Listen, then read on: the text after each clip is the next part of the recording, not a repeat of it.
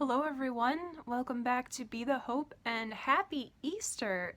It feels so good to say that, and we can say that today because it actually is Easter for this entire week. One of my absolute favorite things about the Easter season is that it is a whole octave, and that means that we celebrate 8 days as though it was actually the day of Easter.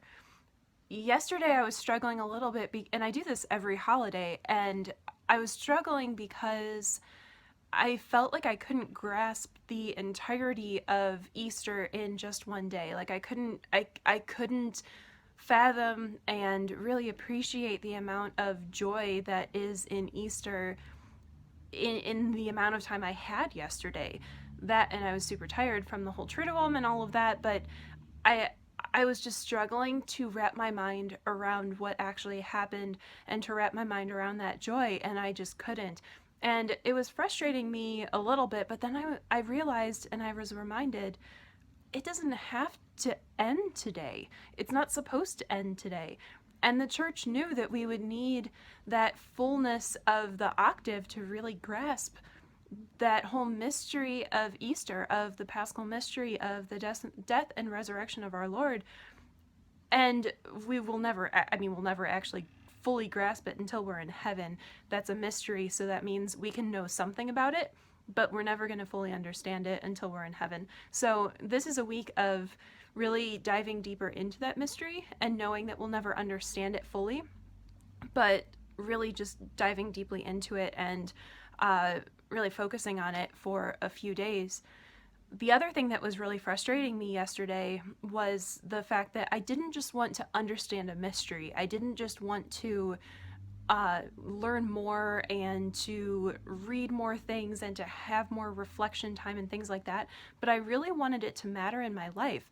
I really wanted this Easter to change the way I live, to make it so that I remember every day that Jesus rose from the dead and that I can be an Easter person in the midst of a Good Friday world, that I can be a ray of light because of what Christ did, not because of who I am or what I've done or anything like that, but just because of what Christ has done, that I can reflect that resurrection in my life. And it was frustrating me because I was like, I just don't feel like I'm there. I don't feel like this is really sunk in. I don't feel like this is really in my heart like I want it to be, like it should be. And then again, I realized I have a whole 8 days and then a whole Easter season to dive deeper into this and to make it really a part of my life, and to ask God for the grace to live every single day of my life in a way that shows that I believe that the resurrection is real, that I believe that Jesus Christ has risen from the dead, that I believe that he has driven out fear and evil and the devil, and that fear and the devil and lies and all of those things that take over our lives, that they have no power over me anymore. I have a whole 8 days and a whole season of 50 days to do that. And I love the fact that the Easter season is 50 days because Lent is 40 days, right? But Easter is 50 days. So I think a lot of my life I've kind of dwelt on the fact that Christianity involves suffering and involves sacrifice, and it does. Suffering and sacrifice are huge in Christianity. I mean, Jesus died on the cross. We're not going to get through this life as a Christian without suffering.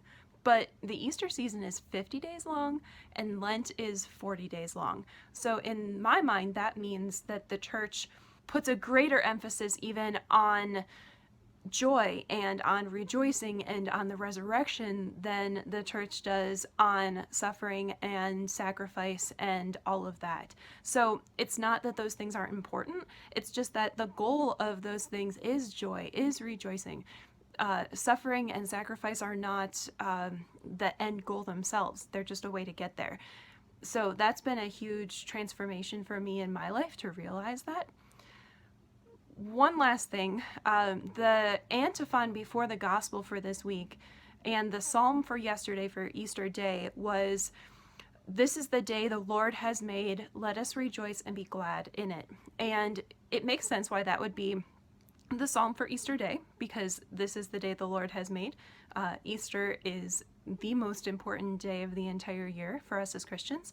But again, this whole week is meant to be celebrated as though it was that day of the resurrection. So it makes sense that that would be an Easter octave antiphon. But I think it's meant for us to remember that every day is a day that the Lord has made. Every day is a day that we live knowing that the Lord has risen from the dead.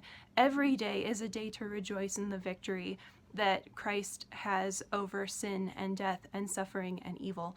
So this day, the rest of this octave, the rest of this season, but also the rest of your entire life, I challenge you. I'm praying for you, and I hope that you will really take the message of the resurrection to heart and live as a person of the resurrection in a Good Friday world, a person who truly believes and lives as though Jesus Christ has conquered and has risen victoriously over death and evil and suffering and lies, and that has made a difference in your life.